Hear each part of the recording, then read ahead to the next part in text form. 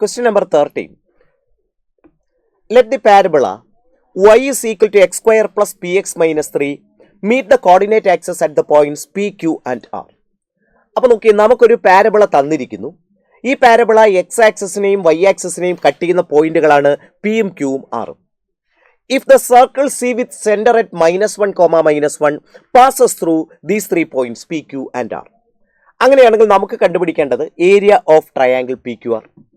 So ഇത് നമുക്ക് conic sections എന്ന് പറയുന്ന ചാപ്റ്ററിൽ നിന്നുള്ള ഒരു ക്വസ്റ്റ്യൻ ആണ്.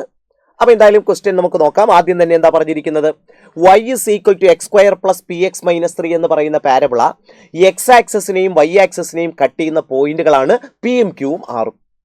അപ്പം നമുക്കറിയാം ഒരു കർവ് വൈ ആക്സിസിനെ കട്ട് ചെയ്യുന്ന പോയിന്റ് വേണമെങ്കിൽ എക്സിന് 0 കൊടുത്താൽ മതിയല്ലോ. അപ്പം അങ്ങനെയാണെങ്കിൽ നമുക്ക് തന്നിരിക്കുന്ന ഈ പാരബോള വൈ ആക്സിസിനെ കട്ട് ചെയ്യുന്ന പോയിന്റ് വേണമെങ്കിൽ എക്സിന് 0 എന്ന് കൊടുക്കാം. അപ്പം ഞാൻ എക്സിന് 0 കൊടുക്കുന്നു. എക്സ് 0 കൊടുത്താൽ നമുക്ക് വൈ എന്താ കിട്ടുക, 0 പ്ലസ് പി ഇൻറ്റു 0 മൈനസ് 3, അതായത് വൈ മൈനസ് 3 എന്ന് കിട്ടും അല്ലേ.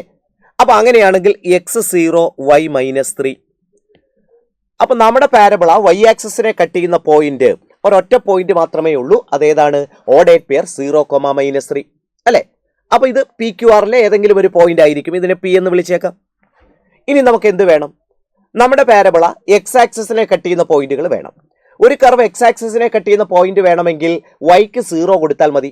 പക്ഷെ ഇവിടെ ഞാൻ വൈക്ക് 0 കൊടുത്താലുള്ള പ്രശ്നം എന്താ, വൈക്ക് 0 കൊടുത്താൽ എനിക്ക് x square plus p x minus 3 equal to 0 എന്ന് കിട്ടും, ശരിയല്ലേ. പക്ഷെ ഇതിന്റെ റൂട്ടുകൾ കൃത്യമായിട്ട് എനിക്ക് കണ്ടുപിടിക്കാൻ കഴിയില്ല, കാരണം പിയുടെ വാല്യൂ എത്രയാണെന്ന് അറിയില്ലല്ലോ.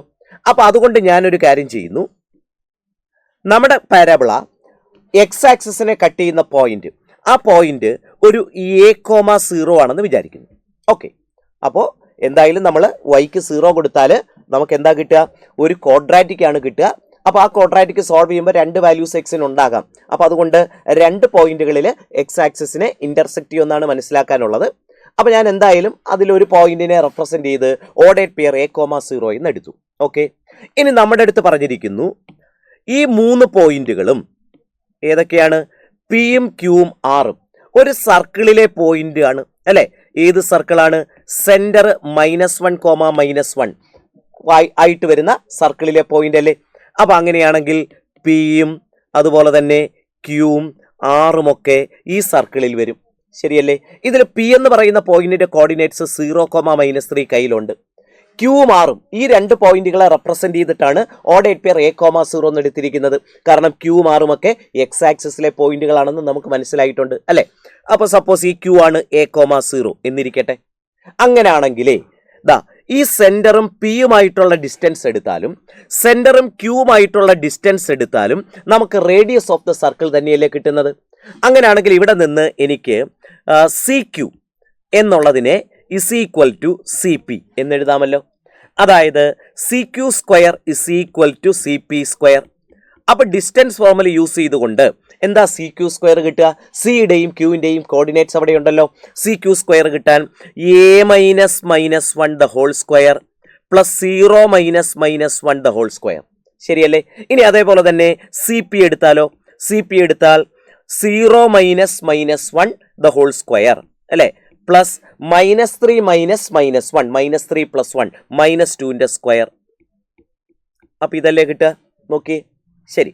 അതായത് a+1 the whole square plus 1 is equal to, ഇത് 1 + 4 ആണ്, 5 എന്ന് കിട്ടത്തില്ലേ.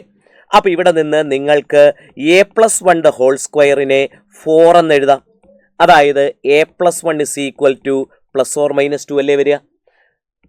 അപ്പൊ a എന്ന് പറയുന്നത് +or-2 -1 കിട്ടും.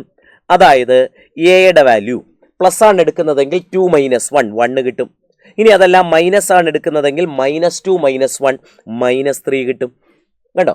അപ്പൊ അങ്ങനെയാണെങ്കിൽ ക്യൂ എന്ന് പറയുന്ന പോയിന്റ് നമുക്ക് ഏതായിട്ട് എടുക്കാൻ പറ്റുക, 1,0 ശരിയല്ലേ. ഇനി അതുപോലെ മറ്റൊരു വാല്യൂ കൂടെ കിട്ടിയിട്ടുണ്ട്. അത് ശരിക്കും ആരെ റെപ്രസെന്റ് ചെയ്യുന്നതാ, ക്യൂവിന്റെ കോർഡിനേറ്റ്, ആറിന്റെ കോർഡിനേറ്റ്സ് തന്നെയാണ്. അപ്പൊ ആറിനെ എനിക്ക് എങ്ങനെ എടുക്കാം, -3,0 കണ്ടോ. അപ്പോൾ മനസ്സിലായല്ലോ. അപ്പോൾ പിയുടെയും ക്യൂവിൻ്റെയും ആറിൻ്റെയും കോർഡിനേറ്റ്സ് നമുക്ക് കിട്ടിയിട്ടുണ്ട്. ഇനി എന്താ കണ്ടുപിടിക്കേണ്ടത്, area of triangle P Q R അല്ലേ. അപ്പോൾ നമുക്ക് area of triangle P Q R പിൻ്റെയും ക്യൂവിൻ്റെയും ആറിൻ്റെയും കോർഡിനേറ്റ്സ് ഉണ്ട്. ഏരിയ കണ്ടുപിടിക്കാൻ ഡിറ്റർമിനൻറ്റ് യൂസ് ചെയ്താൽ മതിയല്ലോ. സോ 1/2 ഇൻറ്റു പിയുടെ കോർഡിനേറ്റ്സ് എന്താ 0,-3. അപ്പോൾ ഫസ്റ്റ് റോ ആയിട്ട് 0 -3 1. അതുപോലെ തന്നെ ക്യൂവിൻ്റെ കോർഡിനേറ്റ്സ് 1 0 1 0 1. ആറിൻ്റെ കോർഡിനേറ്റ്സ് -3,0 സോ -3 0 1 അല്ലേ. അപ്പോൾ ഇത് നമുക്ക് കാൽക്കുലേറ്റ് ചെയ്യാം. 1/2 ഇൻറ്റു -12 എന്ന് കിട്ടും. അതായത് -6 എന്നാണ് കിട്ടുന്നത്. ഏരിയ ആയതുകൊണ്ട് അത് പോസിറ്റീവ് ആക്കിയില്ലേ നമ്മൾ എടുക്കേണ്ടത്. അപ്പോൾ ശരിക്കും ഇതിൻ്റെ മോഡുലസ് വാല്യൂ ആണ് ഏരിയ ആയിട്ട് വരിക. So area is equal to mod -6. എത്രയാണ് കിട്ടുക? അത് 6 ആണ് കിട്ടുക. അപ്പോൾ അങ്ങനെയാണെങ്കിൽ ആൻസർ ഏതാ വരുന്നത്? ഓപ്ഷൻ 2 അല്ലേ 6 ആയിട്ട് വന്നിരിക്കുന്നത്.